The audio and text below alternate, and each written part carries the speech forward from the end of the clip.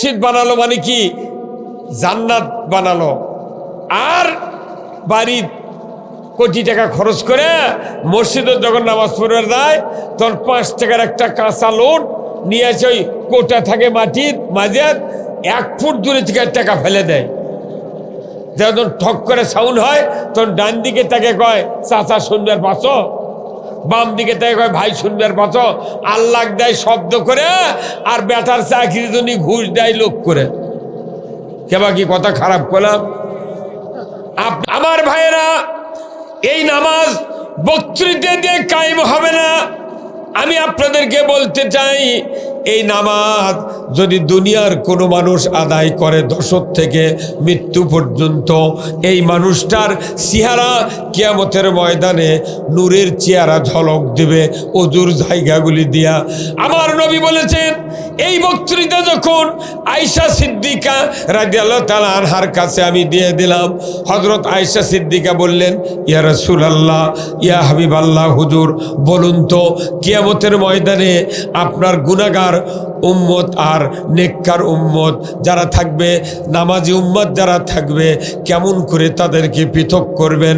নবীজি বললেন, রে আয়েশা, আমাকে আল্লাহ জানিয়ে দিয়েছেন আমার যারা খাঁটি উম্মত হবে, নামাজ কায়েম করবে, তাদের চেহারা দিয়া অজুর জায়গাগুলি দিয়া নূরের ঝলক বের হবে। আমার নবী এই কথা যখন বললেন, আয়েশা সিদ্দিকা বললেন, হুজুর কেমন করে তাদেরকে চিনে নেবেন?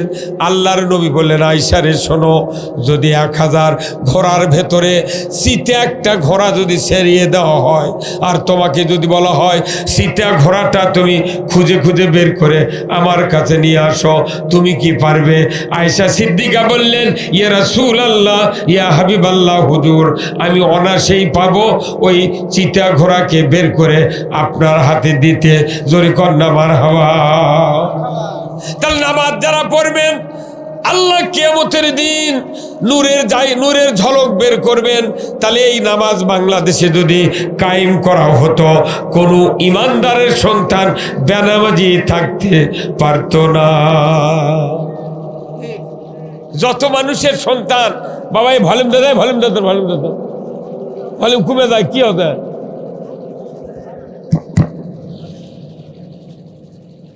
যত মানুষের সন্তান বেনামাজি আছে বাংলাদেশে, যদি নামাজি করা হয় আপনার উপকার কি হবে, আমার কি উপকার হবে শুনে যান। ও আমার আক্কেলপুরের মাথায় পুকুরের যুব সমাজ, মুরব্বিনে কেরাম শুনে যান। আল্লাহর রসুল বলেছেন, কোনো মানুষের নেককার সন্তান, মুত্তাকি সন্তান, নামাজি সন্তান যদি কবরের পাশে দাঁড়িয়ে, মা বাবার কবরের পাশে দাঁড়িয়ে দুহাত তোলে আর হাত তোলার আগেই যদি একবার সূরা ফাতিহা আর 3 বার সূরা ইখলাস তেলাওয়াত করে আল্লাহর দরবারে হাত তুলে বলে, রব্বির হামহুমা কামা রব্বায়ানি সগীরা। নবীজি বলেছেন, এই নামাজি মুত্তাকি সন্তান দোয়ার বরকতে আল্লাহ তাআলা ওই পিতামাতার কবরের আযাব 40 দিনের জন্য মাফ করে দেয়। কয় দিনের জন্য? 40 দিন। 39 দিন পর যদি আবার দোয়া করা, আবার 40 দিন। তাহলে এইরকম বেটা যদি বাড়ির তৈরি করা গেল হনি, তাহলে সব বাপ মরে গেলে আযাবত থেকে বাঁচল হনি। কেবা কথা কর না গা? কিন্তু সারা বছর নামাজ নাই, ঈদুল ফিতরের নামাজ পড়ে যায় নামাজ ঘারত করে বাপের ওই বেলতলা কাঁটার আড়ার মধ্যে তা করছে, আসসালামু আলাইকুম ইয়া হালাল কুবুর। ওই বাপের রু আছে, কয় বা সারা বছর তোর দেখা সাক্ষাৎ নাই রে, তুই বছর তোর বিরক্ত করবে আসিস কে? আল্লাহ তোর ডায়াবেটিস দেয়। এত ডায়াবেটিস বাংলাদেশের কৃষক হলো জানেন, খালি মরা মানুষের বদদোয়ার কারণে। বদদোয়ার কারণে আপনার বাবা আপনার মায়ের রুহু যদি বদদোয়া করে, পৃথিবীতে শান্তি হওয়ার কোনো সুযোগ নাই। এখন এটা তো গেল নেককার সন্তানের। আল্লাহ রাসূল বলছেন, ইজা মাতাল ইনসানু ইনকাতান হু আমালু ইল্লা মিন সালাসাতিন ইল্লা মিন সাদাকাতিন জারিয়াতিন আও ইলমুহু ইয়ানদুহিন নাস আও ওয়ালাদুন সালিহ ইয়াদুলাহু।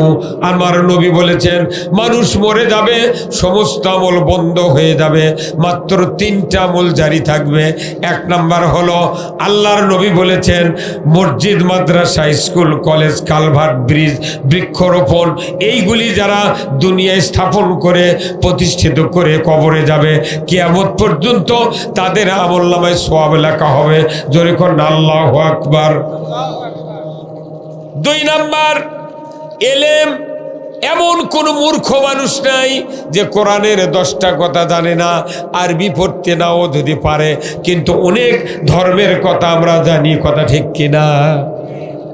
এই কথাগুলি যদি আপনি একজন মানুষকে বলে মরে যান, ওই মানুষ আবার 10 জনক বলবে, ওই 10 জন আবার 100 জনক বলবে। কিয়ামত পর্যন্ত যদি এই কথার যদি রুলিং হয়, আমার নবী বলেছেন কিয়ামতের দিন 1 কোটি মানুষ যদি আপনার ওই বক্তব্য শুনে শুনে আমল করে, নবীজি বলেছেন 1 কোটি মানুষের যত নেকি হবে তত পরিমাণ নেকি আপনার আমলনামায় লেখা হবে। তে বক্তৃতা খালি বক্তারা করে, মসজিদের ইমাম, তবলিগ, মাদ্রাসার হুজুর, আর কেউ কথা কয় না। এই কথা কন না কি? আমরা কি চুকিয়ে লিছি? সবাই কন কি? যার শোনে আমি দেখেছি শুক্রবার মসজিদে ইমামরা যে বক্তব্য দেয়, একটা মুসল্লিও ওই বক্তৃতা তার স্ত্রী যা কোনোদিন কয়নি কথা। ওই শুনে ওটি বক্তৃতা ধুয়ে চলে যায়। কারণ কি জানেন? ওই ধর্মের বক্তৃতা যদি দেয়, স্ত্রীর ভালোবাসা, স্বামীর ভালোবাসা, পরিবার গঠনের যদি ভালো বক্তৃতা ইমাম দেয়, ওই কথা বোধহয় কিছু কয় না। কারণ ওই বোক পিঠে দৈনিকই কথা কনে রে। ওই 7 দিনের মধ্যে 3 দিন পিঠে রুটিন করে লেছে। ওই 3 দিন পিঠে এখন ঈদা যদি তুই মার দে বোক যদি ওই নসিহত করে, তাহলে কবি তুমি না তুই মার দে আমার বক্তৃতা শুনেলে, বক্তৃতা শুনেলে তুমি আবার কিসের আমার মারবে লাগো, এই কবি না? সেই দিন ওই স্বামী, মেলা স্বামী আছে বাংলাদেশে, মসজিদের থেকে নামাজ পড়ে বার হওয়ার আগেই টুপি খুলে পকেটে হয়, যাতে বউ বুঝতে না পারে আমার স্বামী মুন্সি হবে। হ্যাঁ কথা কথা গা। আল্লাহর নবী বলেছেন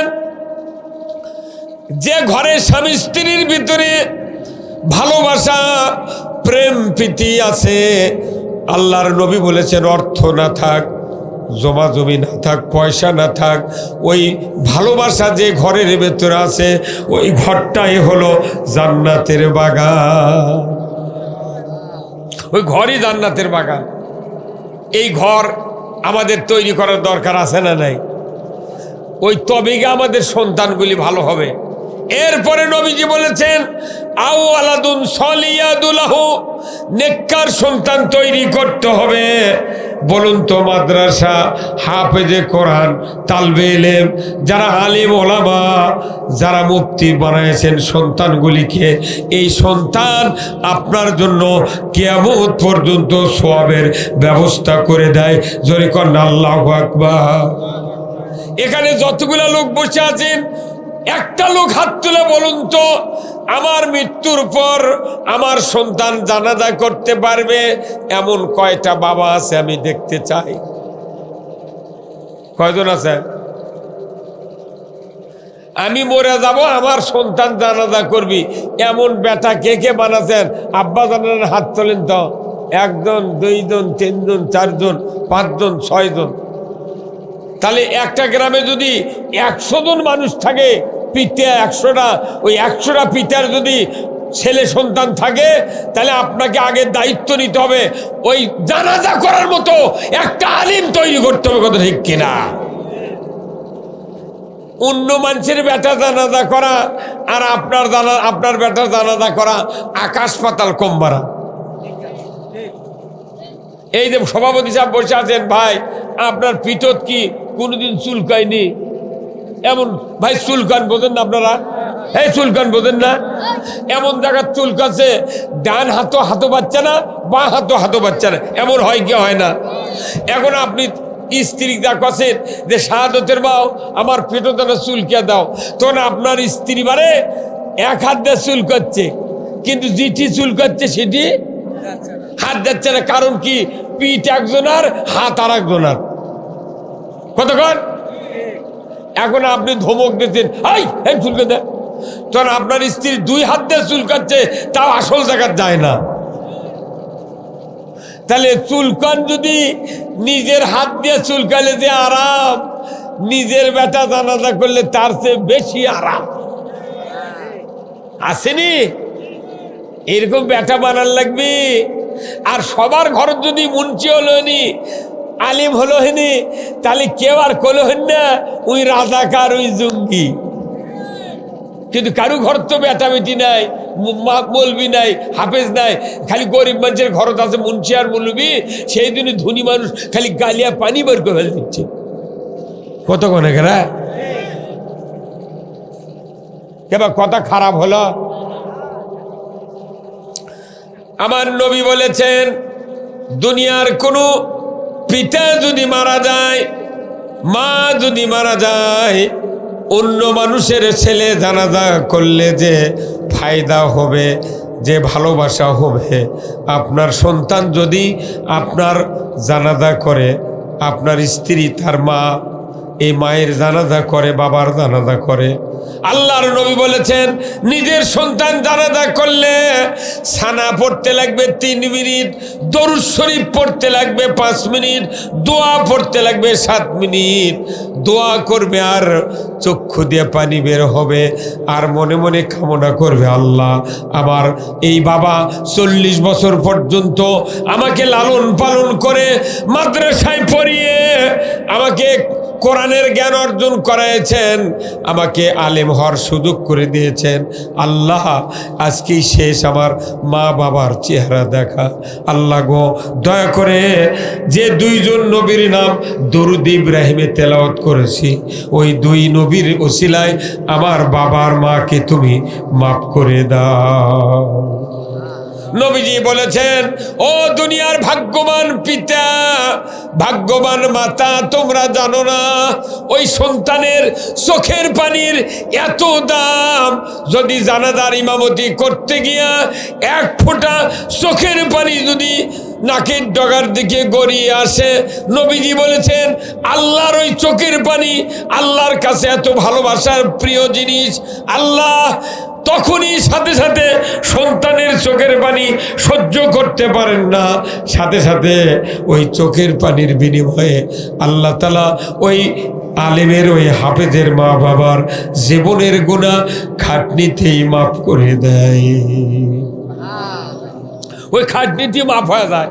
আর অন্য মানুষের বেটা কেনা ওই উমুক মাদ্রাসার মোহতামিম, উমুক পীর সাহেব, উমুক বক্তা গেলেছে জানাজা করে নেয়। এখন ওই বক্তা আর ওই পীর সাহেব আর ওই মোহতামিমের চোখত জীবনে পানি বাড়াবে না। 3 মিনিটে জানাজা শেষ, খালি সালাম রাহমাতুল্লাহ, সালাম রাহমাতুল্লাহ নিয়ত করবে না, খালি কবি অন্যের পিতা অন্যের বেটা আল্লাহু আকবার। কি মানে? তাহলে গরিব হই ধনী হই, সবচেয়ে দায়িত্ব, সবচেয়ে সৌভাগ্যবান পিতা যে পিতা মৃত্যুর আগে একটা হাফেজ, একটা আলিম তৈরি করে দুনিয়াতে বিদায় হলো। ধরে কোন আল্লাহু আকবার। আপনাদের আশেপাশে মাদ্রাসা নাই?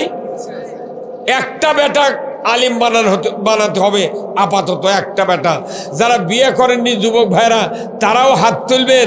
যারা মুরব্বী হচ্ছেন, বেটা বড় হয়ে গেছে, বেটার বেটা আছে কিংবা বেটার বিটি আছে, মৃত্যুর সময় কোরআন শুনবেন, আপনি জানাজার তৈরি হবে আপনার সন্তান।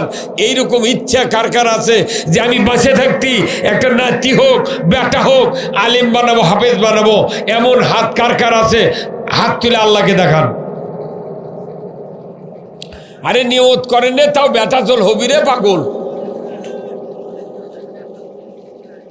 মানুষ আর সলি লিবার যাচ্ছে না, মায়া বড়ি খিলে গিলে বোগ চ্যাংরা করে গিচ্ছে। হ্যাঁ কতক্ষণ খায়? আপনি যে কবর থেকে বাঁচবেন, আমি যে বাঁচবো, আমল দিয়ে বাঁচার উপায় নাই, নেককার সন্তান দরকার। আও ওয়ালাদুন সলিয়াদুলাহু, নেককার সন্তান যদি থাকে কিয়ামত পর্যন্ত আপনার আমলনামায় সব লেখা হবে। ধরে কর আল্লাহু আকবার। এই বক্তৃতা তো ১,৫০০ বছর ধরে হচ্ছে, কিন্তু গায়ে গায়ে মুন্সি বাড়ল।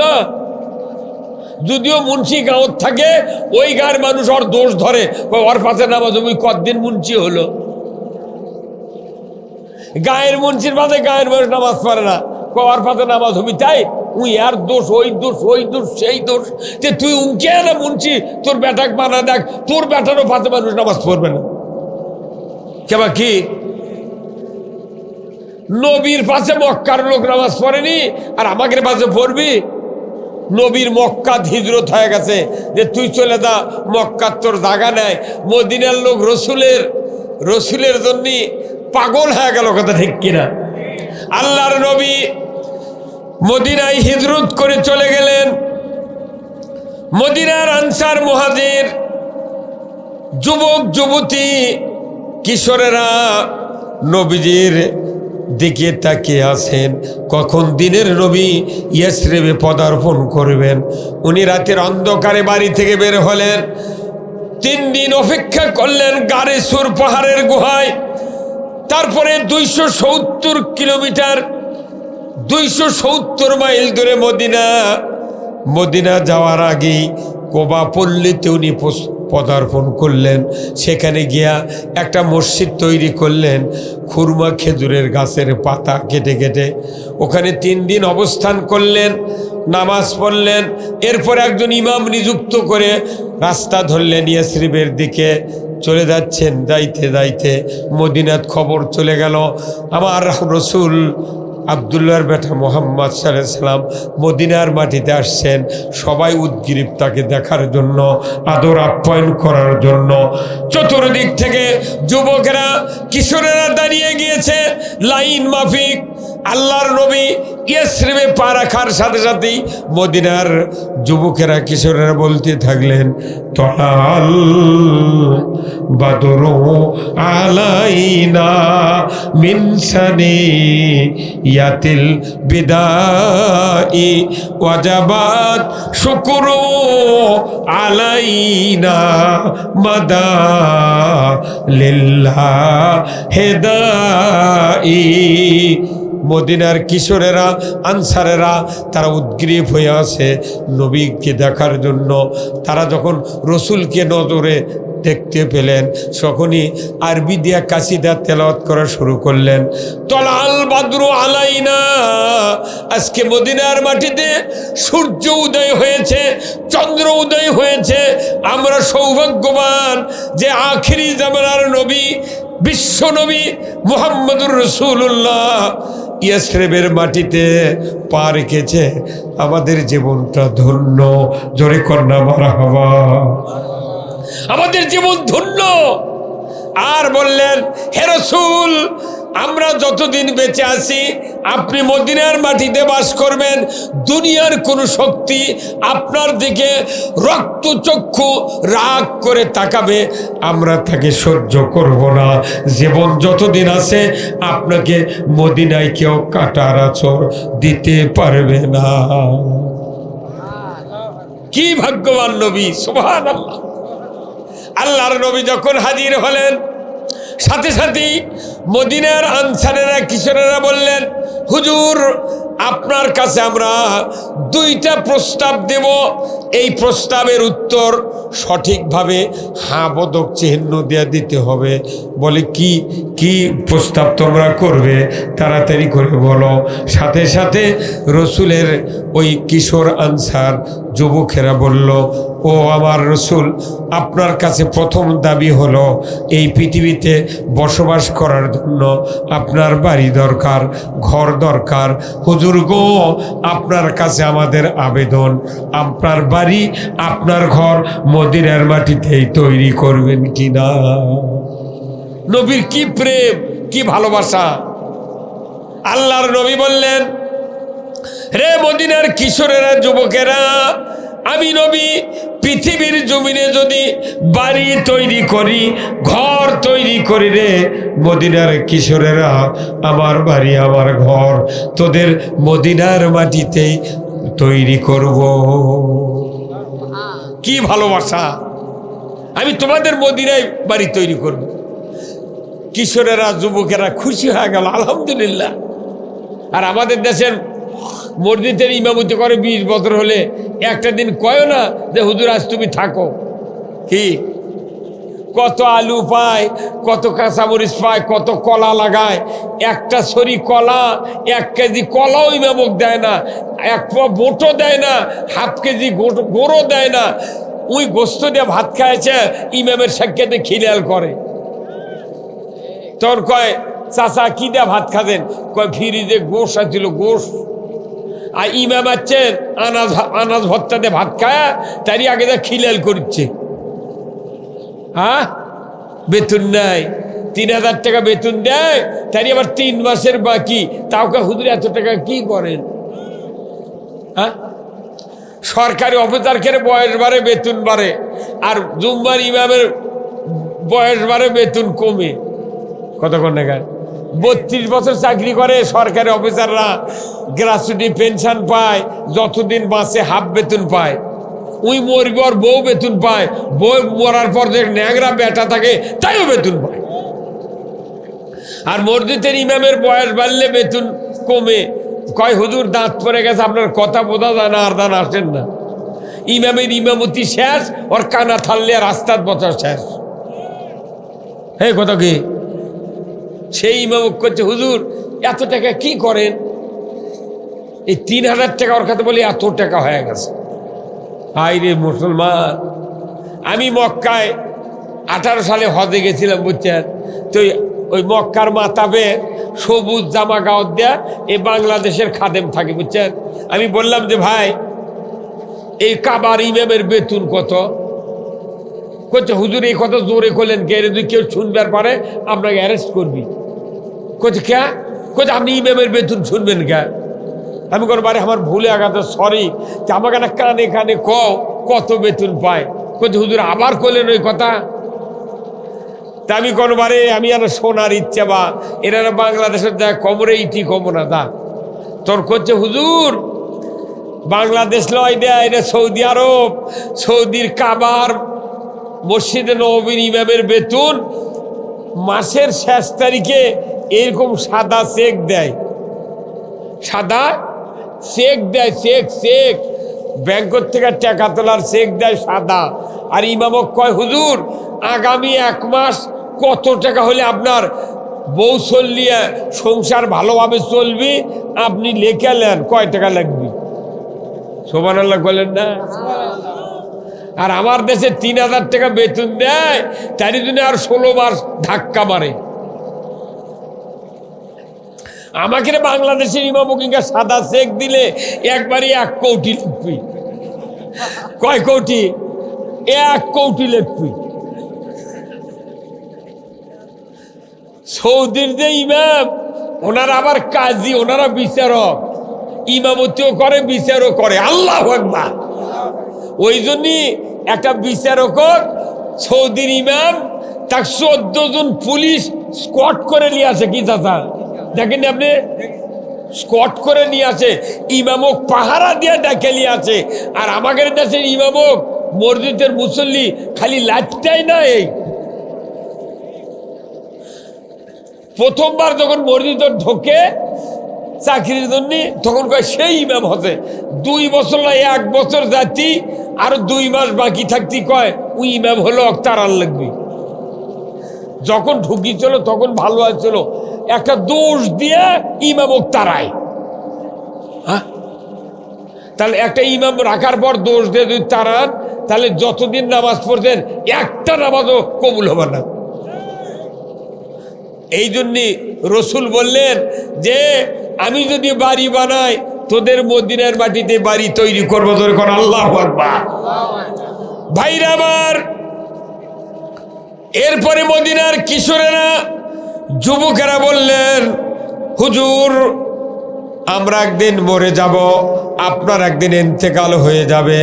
হুজুর গো বলুন তো বড় বড় রাজা বাদশাহ জমিদারেরা হীরামানিক মুক্তা দিয়া কবর তৈরি করবে, ওই জায়গায় দাফন করবে।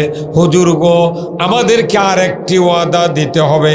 হুজুর, আপনি যেদিন দুনিয়াতে বিদায় হবেন, আপনার কবর, আপনার রওজা এই মদিনার মাটিতেই রাখতে হবে। জোরে কণ্ঠে কিনা?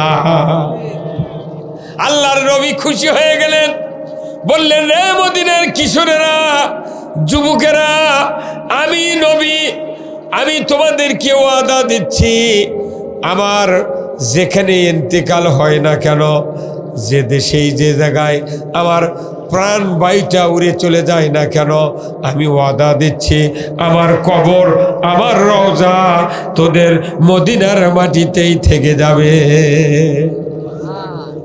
কি নবী, কি আশ্বাস দিলেন! তখন সাহাবারা টাকা দিলেন, হুজুর বাড়ি বানান। আল্লাহর নবী টাকা নিলেন ঠিক, কিন্তু বললেন, রে মদিনার কিশোরেরা, যুবকেরা, আনসার মুহাজিরেরা, আমি নবী আমার বাড়ি তৈরি করার জন্য তোমরা টাকা দিচ্ছ, কিন্তু আমার বাড়ি প্রথমেই তৈরি করব না। আমি আগে আল্লাহর ঘর যতক্ষণ পর্যন্ত এই ইয়াসরিবের মাটিতে তৈরি করতে না পারবো, ততক্ষণ আমি নবী আমার বাড়ি তৈরি করব না। আগে আল্লাহর ঘর, সুবহানাল্লাহ, আল্লাহর ঘর তৈরি করব, তারপরে আবার বাড়ি বানাবো। আর আমাদের দেশে আগে বাড়ি বানায় 4 তলা, তারপরে মসজিদ করে 1 তলা। কোথায় কোন জায়গায়, কোথায় মুসলমান? এই মসজিদ কি এটা আমাদের আসল বাড়ি? যেখানে আমরা আসল বাড়ি মনে করি, সেটাতে কোটি কোটি টাকা খরচ করে বাড়ি বানায় দুনিয়ার, কিন্তু আসল বাড়ি হলো জান্নাত। আর এই জান্নাতে যাওয়ার জন্য আল্লাহর নবী বলেছেন, মাম বানা মসজিদান বান আল্লাহু লাহু বাইতান ফিল জান্নাহ, যে মসজিদ তৈরি করার জন্য তারা অর্থ দিল, টাকা দিল, পয়সা দিল, আমার নবী বলেছেন তাদেরকে আল্লাহ কিয়ামতের দিন বালাখানা দিয়ে দেবে। ধরে কর আল্লাহু আকবার। তে মসজিদ হলো, মসজিদ বানালো মানে কি? জান্নাত বানালো। আর বাড়ি কোটি টাকা খরচ করে মসজিদে যখন নামাজ পড়বে যায়, তখন 5 টাকার একটা কাঁচা লোট নিয়ে এসে ওই কোটা থাকে মাটির মাঝে 1 ফুট দূরে থেকে টাকা ফেলে দেয়। যখন ঠক করে সাউন্ড হয়, তখন ডান দিকে তাকে কয়, চাচা শুনবার পাচ্ছ? বাম দিকে তাকে কয়, ভাই শুনবার পাচ্ছ? আল্লাহ দেয় শব্দ করে, আর বেটার চাকরির জন্য ঘুষ দেয় লোক করে। কেবা কি কথা খারাপ করলাম? আপনি যান 1 কোটি টাকা দিয়ে বাড়ি করেন, হঠাৎ করে স্ট্রোক করে আমরা যদি অবিকল হয়ে যায়, হাসপাতালত গেলাম, একটু সুস্থ হলাম, বাবা আমার ভাই আছে, জামাই আছে, বেটা আছে, বললাম ভাই আমার খুব শখের বাড়ি আছে রে, 1.5 লাখ টাকার খাট আছে, যদি আমি এখানে মারা যায় তাহলে খাটের উপর নিয়ে যা, এটা 5টা মিনিট শুয়ে তুই ভাই, তাও অন্তর শান্তি পাবো। এখন মরে গেছে, ওই অ্যাম্বুলেন্স করে বাড়িতে নিয়ে গেছে, নিয়ে যাওয়ার পর ওই ভাই বলেছে, ভাবি আমার ভাই এনা খাটোর শুভেচ্ছা আছে, এনা বাড়ির মধ্যে নিয়ে আসি।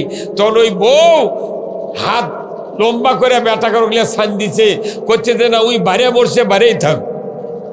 এই কথা কন, এই কথা যদি ওই মরা মানুষ আপনি শুনবার পারলেন হেনে, তাহলে আপনি লাফে উঠে করলেন, আল্লাহ তুই এরা 5টা মিনিট আমাকে না খাড়া কর, যে বউ আমাক ছাড়লো ঘাটা, ওর মুখত 12টা লাচ্ছি দেবো, আর একটা জমি কাকু দেবো না, মোর জুম্বার নামে লিখে দিয়ে আসবো।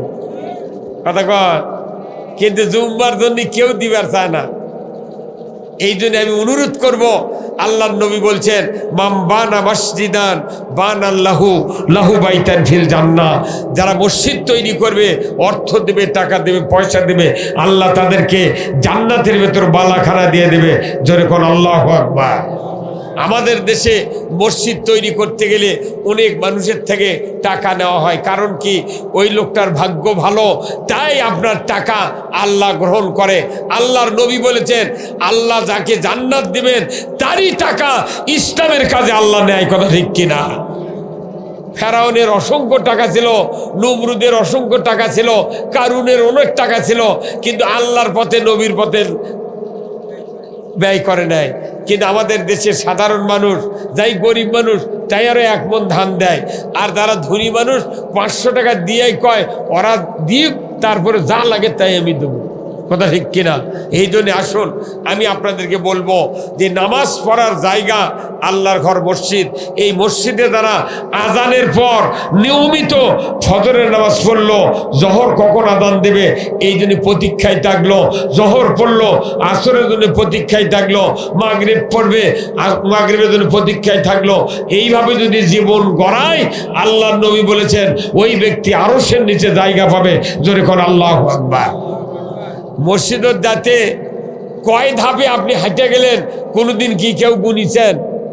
যে আপনার বাড়ির থেকে জুম্মা কয় ধাপ গুনিছেন ভাই? তা আপনি গুনলেন না, অথচ মরার পর যখন ওই খাটনি ছুঁয়ে ছুঁয়ে জানাজা করে ঘারত করে যখন কব্বর যাচ্ছেন, তখন কোথায় 40 ধাপ গুণ। এবার তুই জুম্মার থেকে বাড়ি পর্যন্ত কয় ধাপ তুই জীবনে গুনলু না, তুই 40 ধাপ গুনুচ্ছুকে? হ্যাঁ মিয়া, মসজিদের ঘাটা চেনে না, কিন্তু কব্বরের ঘাটা ঠিকই গুনে গুনে যায়। কতক্ষণ অনুরোধ করছি সেই ঘর আল্লাহর দরবারে দোয়া করবে, আল্লাহ কিয়ামতের দিন মানুষের মগজ গলে যাচ্ছে, তুমি আমাকে জান্নাতে যাবার বলছো, আমি জান্নাতে ততক্ষণ যাব না যতক্ষণ আমার পেটের ভেতরে আপনার বান্দা বান্দিরা যারা নামাজ আদায় করেছে তাদেরকে ঢুকায় দাও, তাদেরকে নিয়ে আমি আল্লাহর জান্নাতে যাবো। ধরে কোন আল্লাহু আকবার। এই জন্যে 5 ওয়াক্ত নামাজ আগামী কাল থেকে যুবক ভাইরা পড়তে হবে। রাজি কারা কারা? দুহাত তুলে আল্লাহকে দেখান না, তোলেন। যাই যত ধীরে তুলবি বোঝা যাবি তত ধীরে জুম্মত যাবি। কারেন্টের গতিতে খালি যদি সরকার আইন করতো 5 ওয়াক্ত নামাজ ধরলে গিয়ে তোর বিয়ে করার সুযোগ দেবো কেবা, তাহলে ওইখানে নামাজ পড়তে পড়তে কপালের দাগ ফেলে দিল উনি। আমাদের দেশে বিয়ে হয় বিটির ওই ক্যারাম বোর্ডে যারা খেলে, ওর করে কয় কেবা উমুকের বেটা ক্যাঙ্কা ভালো, কয় হ্যাঁ ভালো, এখনই বিয়ে দাও। ক্যারাম বোর্ডের প্লেয়ারের থেকে যদি শুনে কেউ বিটিক বিয়ে দাও, ওই বিটি পেতন খাওয়া মিস হবে না। বিটিক বিয়ে দেওয়া লাগবি মসজিদের ইমাম মুয়াজ্জিনের থেকে শুনে। কথা ঠিক কিনা?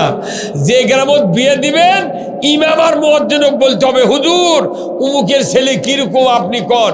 তাহলে ওই ইমাম যদি বলে হ্যাঁ 5 ওয়াক্ত নামাজ পড়ে মসজিদে, আপনার বিটিক বিয়ে দেওয়া যাবে। ওই ইমামের থেকে শোনে না, মুয়াজ্জিনের থেকে শোনে না, ক্যারাম পার্টির থেকে শুনে তখন বিয়ে দেয়। 6 মাস পর করছে বিটি, আব্বা ওর ভাত খাবো না, ওই গাঞ্জা খায়, ডলাডলি খায়, ডলাডলি। ভাই না, অনুরোধ করছি আজকের কোরআনের মাহফিল বলে ভালো লাগলো। এই তো মাত্র কয়েকদিন, হয়তো 1 দিন কিংবা 2 দিন পরে রমজানের রোজা, তারাবি পড়তে হবে। 1 মাস 20 রাকাত তারাবি পড়তে হবে, সেহরি খেতে হবে। অনেক বক্তব্য আমার আব্দুল্লাহ আলামিন ভাই বলে গিয়েছেন। আমি রোজার ব্যাপারে একটি কথা বলবো, বলুন তো বাংলাদেশের রোজা প্রতি বছর কয় মাস হয়? 1 মাস। কিন্তু দেখা যায় হাজার হাজার মানুষ তারাবি পড়ে, কিন্তু ঈদুল ফিতরের জহরত থেকে আবার কাজার নিয়ত করে। কি বলবে? তাহলে লাভটা কি হলো? এই জন্য আমি অনুরোধ করছি, আজকের এই মাদাইপুকুর যুব সমাজ এত বড় একটা জান্নাতের বাগানের আয়োজন করেছেন, আপনারা তাদের জন্য এই আয়োজন করার জন্য আপনারা খুশি না বেজার? হ্যাঁ খুশি। তাহলে আপনাদেরকে কিছু খুশির থেকে একটু স্যাক্রিফাইস করতে হবে। আপনাদেরকে এই যুবক ভাইদেরা যে মাহফিল করেছেন, এই মাহফিলের উদ্দেশ্য কি? এখানে কি মসজিদের জন্য কালেকশন নাকি না এমনি মাহফিলের জন্য? এই মাহফিলের জন্য ওনারা একটু স্যাক্রিফাইস করতে বলেছেন। আমি আপনাদেরকে অনুরোধ করব, আল্লাহর কোন বান্দা আছেন যে একটু যুবক ভাইদেরকে এই ইসলামের এই কাজের জন্য একটু সহযোগিতা করবেন, আল্লাহ তাআলা আপনাদেরকে আরও মর্যাদাবান করে দেবেন। ধরে কোন আল্লাহুম্মা আমিন। আল্লাহর কোন বান্দা আছেন 1 মণ করে ধান দেবেন, আর 1000 করে টাকা দেবেন, 500 করে টাকা দেবেন।